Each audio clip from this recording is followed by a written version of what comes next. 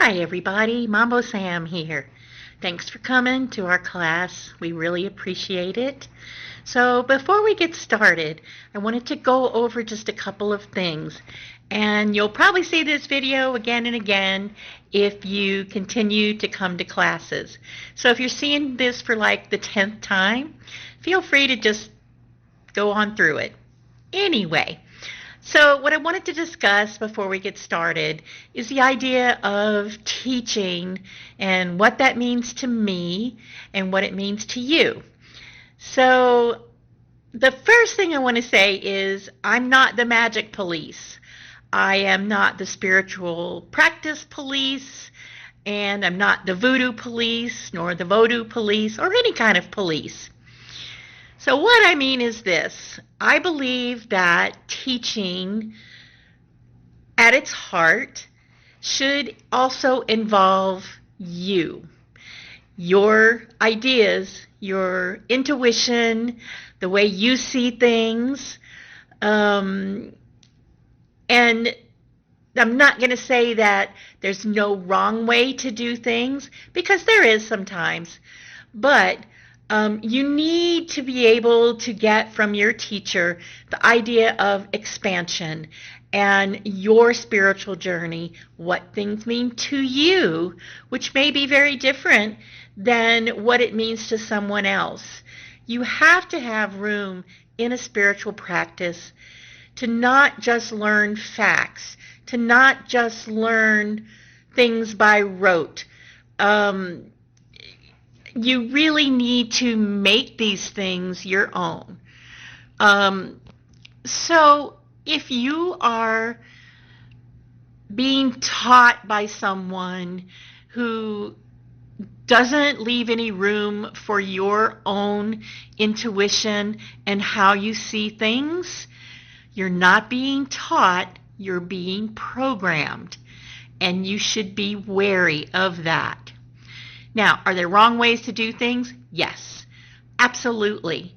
And when there really isn't room for interpretation, I will tell you that, okay, this is a thing you need to do like this. And then, even at that, you can choose to ignore it. But it's not fair. The other side of the coin is it's not fair to you to not tell you that there can be a few pitfalls here and there. But for the most part, I want you to expand. I want you to learn. I want you to embrace your inner spiritual life, whatever that means to you. And so that was my little TED Talk on my ideas of how certain things should be approached, such as teaching. So I hope you enjoy the class. I love you guys. Talk to you later. Well, talk to you now.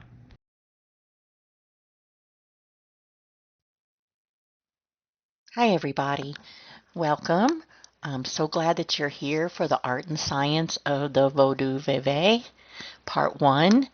I had not originally intended for this to have parts, but the more I figured out what I wanted to teach and the more I figured out how much information I wanted to impart, the more I realized it is not a one-session thing. So enjoy Part 1. We'll be looking to do Part 2 probably around January, and so that'll give you plenty of time to assimilate all this information and get your practice in, and then we'll go a little more in depth in Part 2. Okay, enjoy, you guys. Thank you.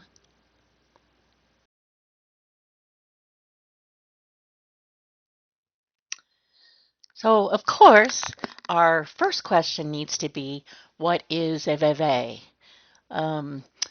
Because you're here in this class and interested in learning about veves, I'm going to take some assumption that you have some general knowledge and have looked at, drawn, read about, or in some way are familiar with the veve.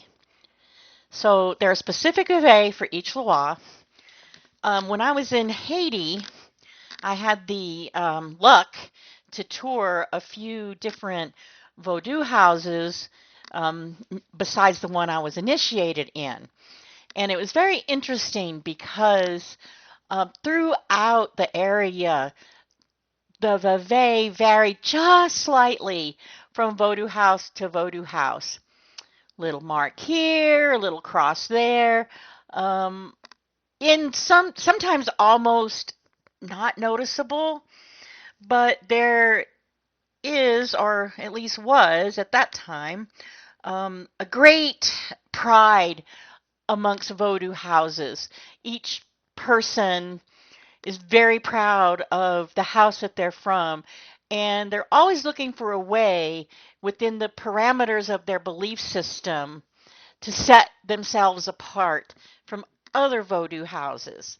And among other things, Veves were definitely a way that I saw that they did that. So there is some variation. And even back looking at books by Maya Deren, the Veve book by Milo Rigaud, you'll see that there's differences, and it's also written about by both those people, the differences in Veves from house to house. So that's why you often see things that are just a little bit different than what you're used to. So in its simplest terms, a Veve is a ritually patterned symbol that is historically used to honor, call, or represent a Vodou spirit, le Loa, the Loa. Personally, I like to think of them as door knockers to our spiritual world. Calling cards for the Loa, that kind of thing. And you know, of course, doing what I do, a lot of Veve work is involved. And so it becomes very personal, as we'll talk about a little bit more here. Um, so the origin story of Veve maybe isn't completely clear, but they're not unlike most of the other symbols we see in major religions, other spiritual practices. Symbology is the predecessor to written language. And we'll explore this history more in depth in part 2 of the series. So, oh yeah, and there's that commonly accepted theory that Veve and other symbols like this probably existed before practitioners may have known how to read and or write, or like I said before, there may have even been a written language. So, at the basics, that's what a Veve is.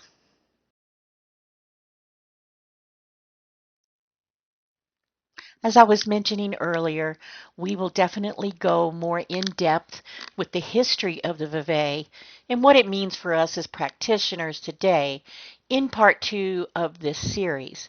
However, I did want to just go over a brief history of the Veve. Of course, as with most things Vodou, the Veve finds its origins in Africa, the kingdom of Dahomey, which is now known as Benin, is where historians and anthropologists have traced the use of different symbols of a geometric nature that were used in many rituals of Africa. Symbols were written in palm oil on the ground, and that was a common method of using these symbols to call to the spirits of Africa. Veve in Haiti are traced back to Africans who traveled to Haiti and settled there and introduced these spiritual practices. As the houses of Vodou came to life in Haiti, they were, of course, based on African spiritual practices, and the Veve sprang to life as an even more complex and unique symbology. And so, as with most things, the motherland, the heart of it, all started in Africa, cradle of civilization. All right. Thank you.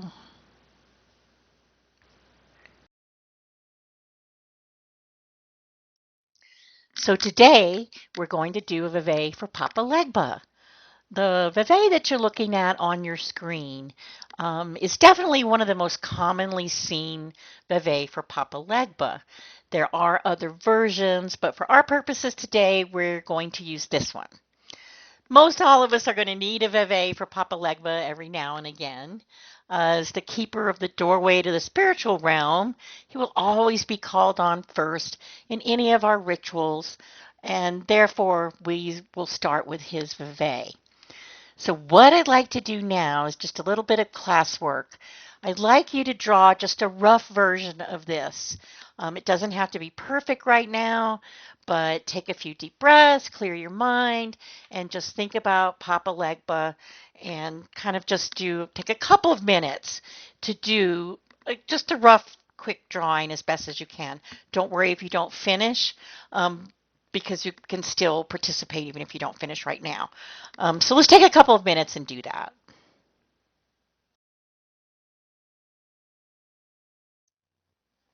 Okay, now that we have our drawing done, let's talk about that. We want you to tell us some of the things you see. Um, we understand this is a rough drawing and there are so many things to see. I'm going to share with you one of mine that I see, and that is on the top and bottom, the two parts that look alike with the lines drawn into an oval shape and what looks like a star on the top, kind of. Well, I see pineapples. And here is why I think that they seem that way to me. Long ago, in another lifetime, I worked in tourism for the state of Louisiana. There, I found out that pineapples were a symbol for hospitality. My brain now always sees that part of the Veve as Papa Legba welcoming me in. So, let's talk. What do you see? What did it mean to you? There are no wrong answers. Let's just ask to be called on and wait for Sister Bridget to acknowledge us.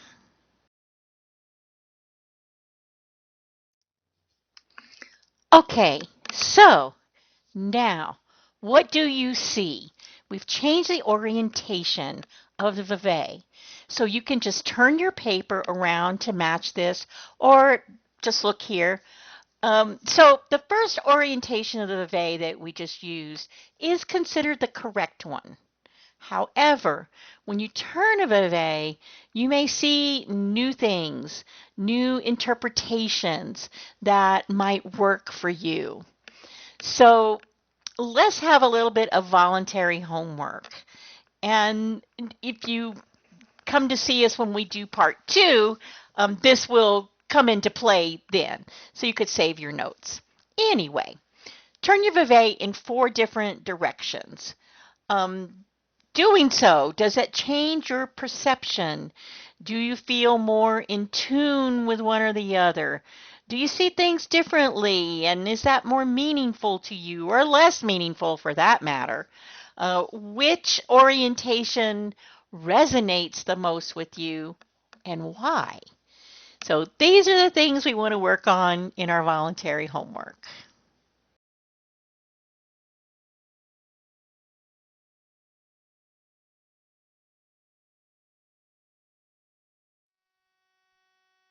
Next, we want to talk a little bit about, are there right and wrong ways to use a Veve? So this can be a bit of a complicated subject because there are many different opinions and writings about this. We all seem to agree that a Veve can always be used to call and petition a loi. That's always the quote unquote right way to use it. Now, as for me personally, I pretty much believe that anything you do with your Veve that involves a sincere and good heart is probably the right way to use your Veve. Works of art that incorporate a Veve mostly always seem to be an acceptable usage, obviously, as long as the artwork is respectful of the loi that you're incorporating into that art. Now, tattoos, this is something that people like to debate about. So the debate is this. If you have the tattoo of a particular Loa, let's use Erzeli Freda as an example. So she is known to want to always be clean. She's the mother of us all. She cries so we don't have to. All the things that she likes to be. So the debate is that if you have a tattoo for Erzeli Freda on your body, then that channel is always open. She could potentially always want something. And if you get dirty, she won't like it. If you get sweaty, she won't like that. All those things. Okay, so now you know that side. I disagree. And I don't have any tattoos. So I disagree because I believe that your body is obviously the direct pipeline to your spirit. And so putting that tattoo that you mean to honor that particular Loa and that you keep sacred in your heart, to me, then it seems very respectful. You can't get, you shouldn't get a tattoo of Veve because you think it's cool. That's not necessarily being disrespectful, but it's also not being respectful. And I realize that that's sort of a fine point about being respectful, but always think about what you're doing, with your Veves. Jewelry is another thing that's a little bit debated for kind of the same reasons of the tattoo. A lot of people think that you don't always want that open pipeline to the Loa. You want to call them when you need them, and then you want them to go away. Well, the vast majority of practitioners that I know, Vodouissants that I know, followers that I know, they want to always have that open pipeline. And so I think that tattoos and jewelry, although they are often debated, I believe that they're fine and that your intention in having those things is the most important thing about it. What do you intend that for? Do you intend it to honor the Loa? Do you intend to use it to call on the Loa? Do you intend for it to be a conversation that you might get with someone that you could introduce them to the Loa? And of course, many other things. So, in my opinion, go forth and do all of that as long as you know in your heart that this is your version of respecting and loving the Loa.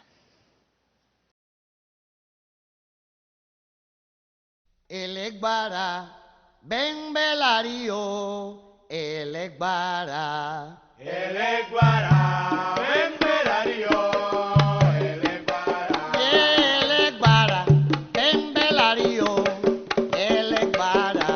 Elegbara, ben belario, elegbara. Elegbara, ben belario, elegbara. Elegbara, ben belario, elegbara. Para la yiki, elegbara, ben belario, elegbara.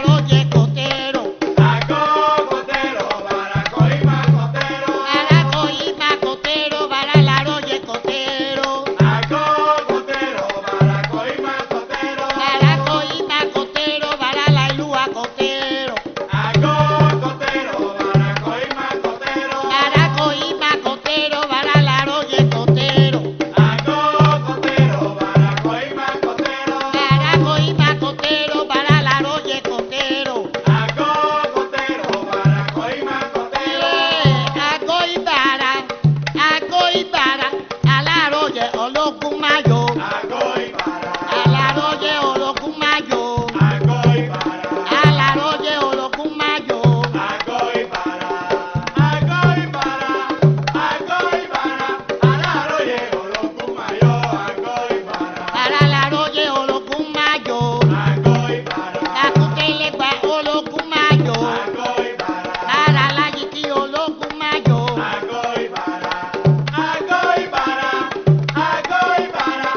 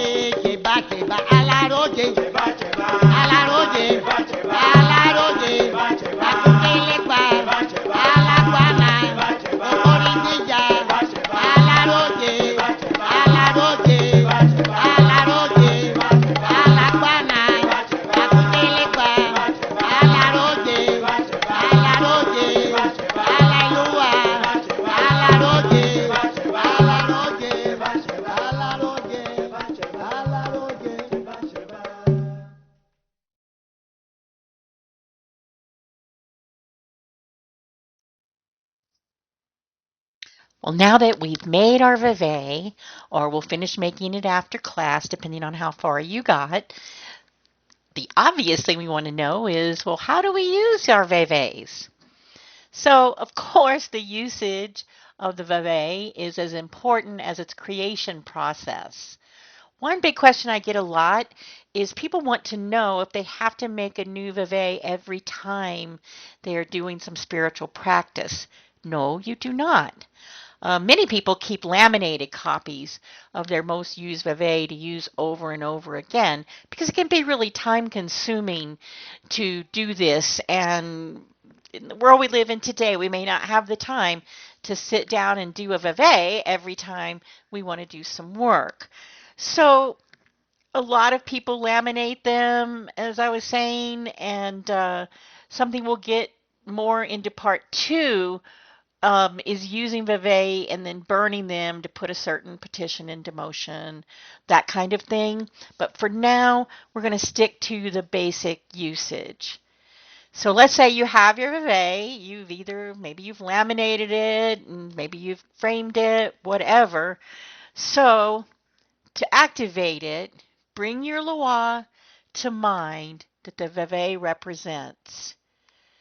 Now, once you get your mind on that Loa and have your visualization process, you want to concentrate on tracing your Veve with your index finger and visualizing your Loa, whatever that Loa looks like to you, whatever symbol that you want to communicate with.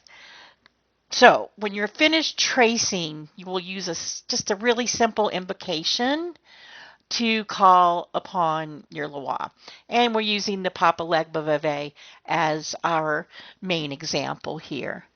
So, of course, with Papa Legba, you're going to want to use it each time you call on him for spell work, to petition, to communicate with him, to thank him, to honor him. And you can use a very simple invocation, just as simple as, Papa Legba, open the gate for me, please hear me. This will work for any Loa, just obviously sub out Papa Legba for the Loa you wish to call upon. Now, of course, you can get fancier. You can write something that is unique for you and him or other Loa, or you can look up and find standard Vodou invocations or songs that you might want to use. But for everyday purpose, it's really fine to just keep things simple. So now, after you've done that, when you're comfortable and feeling the presence of your Loa, now do your work or state your petition, or maybe you brought them there to thank them or honor them. Then do all of that. So after you're done, you always want to remember to thank Papa Legba, or really any Loa, for being there. And for Papa, you would use a simple statement such as, when it pleases you, please close this gate. For other Loa, you would say something similar, such as, when it pleases you, feel free to leave me. Then you turn that Veve face down for a little while after you're finished using it. You don't have to keep it face down longer than just a few minutes to properly close down your work. So, say you're doing work with Erzeli Freda. Again, we'll use her as an example. But you have to, of course, do your Papa Legba first, and then, assuming you've made your nice Erzeli Freda Veve, you will do the same thing to activate her Veve, and the same thing to close it down. So you would be repeating this for Papa Legba and then for Erzeli Freda or whomever you are working with. And that's the basics of how to use your Veve.